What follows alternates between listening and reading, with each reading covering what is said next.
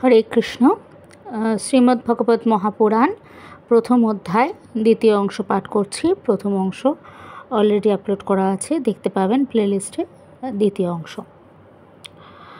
এই সংসারে কাঁচ আর মহামূল্য মণি যেমন, তেমনই কোথায় অমৃত আর কোথায় ভগবত কথা, এইসব চিন্তা করে শুকদেব দেবতাদের কথা হেসে উড়িয়ে দিলেন।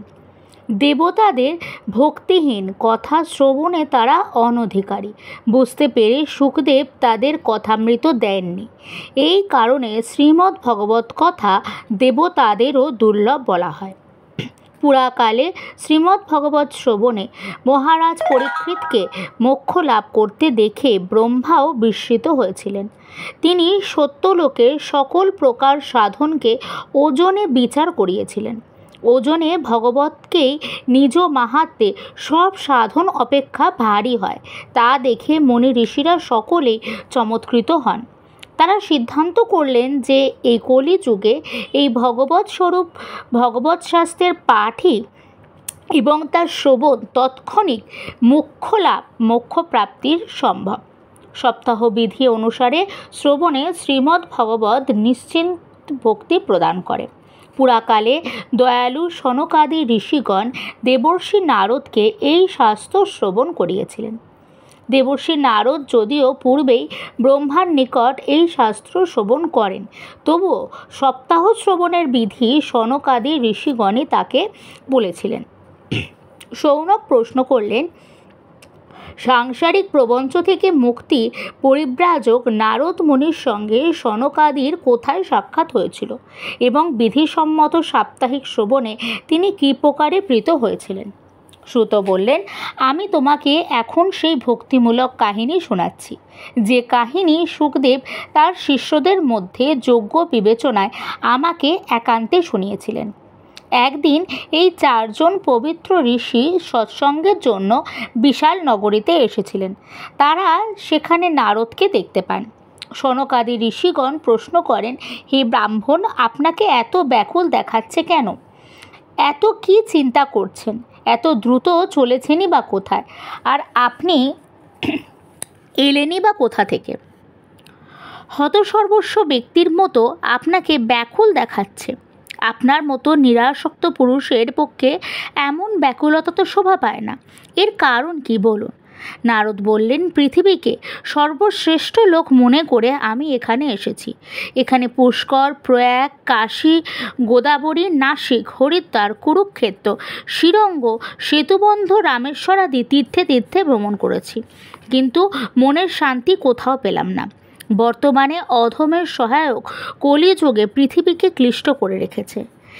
এখন এখানে সত্য, তপস্যা, শৌচ অর্থাৎ অন্তরের এবং বাইরের পবিত্রতা, দয়া, দান ইত্যাদি কোনো কিছুই নেই। হতভাগ্য জীবগণ কেবলই নিজ নিজ উদারপূর্তির চিন্তাতেই ব্যতিব্যস্ত, আর তারা অসৎভাষী, অলস, মন্দবুদ্ধি, ভাগ্যহীন ও উপদ্রবগ্রস্ত হয়ে পড়েছে। সাধু সন্ত যাদের বলা হয় তারা সকলেই পাষণ্ডচারণিত হয়ে গেছে। তাদের দেখতে বৈরাগী হলেও তারা স্ত্রী ধনাদি নির্বিকারে গ্রহণ করেন। বাড়িতে স্ত্রী রাজত্ব, শালকগণই পরামর্শদাতা। লোকেরা লোভে পড়ে কন্যা বিক্রয় করে এবং স্ত্রী পুরুষের মধ্যে নিত্যই কলহ। মহাত্মাদের আশ্রম, তীর্থ ও পবিত্র নদীগুলি বিধর্মীরা দখল করে রেখেছে। ওই সব দুর্বৃত্ত বহু দেবালয় ধ্বংস করেছে।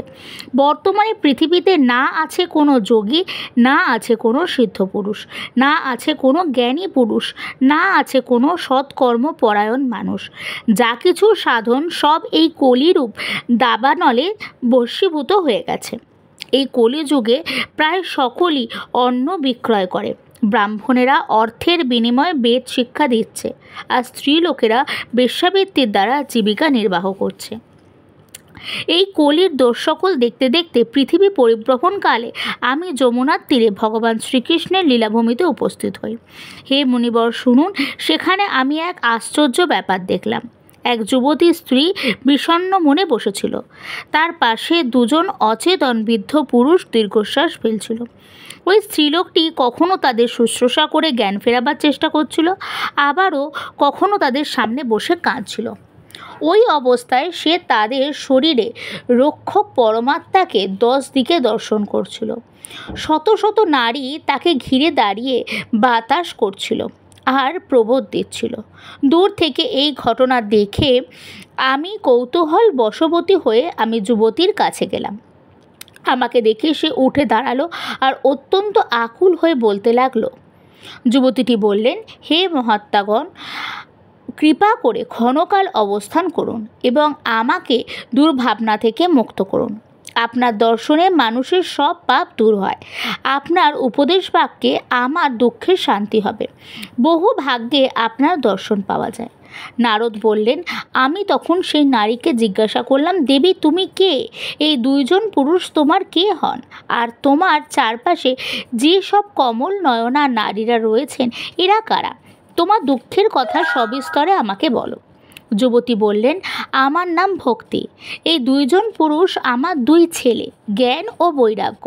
কালের গতিতে সময়ের ফেরে এদের এমন জর্জরিত অবস্থা। এই সব দেবীগণ গঙ্গা আদি নদীবৃন্দ আমার সেবা করবার জন্যেই এসেছেন। এইরূপ সাক্ষাৎ দেবীগণের সেবা পেয়েও আমার মনে শান্তি নেই। হে তপোধন, দয়া করে ধৈর্য ধরে আমার কাহিনী শুনুন। আমার কাহিনী যদিও জগতে সুবিদিত, তবুও তার শুনে আপনি আমাকে শান্তি প্রদান করুন।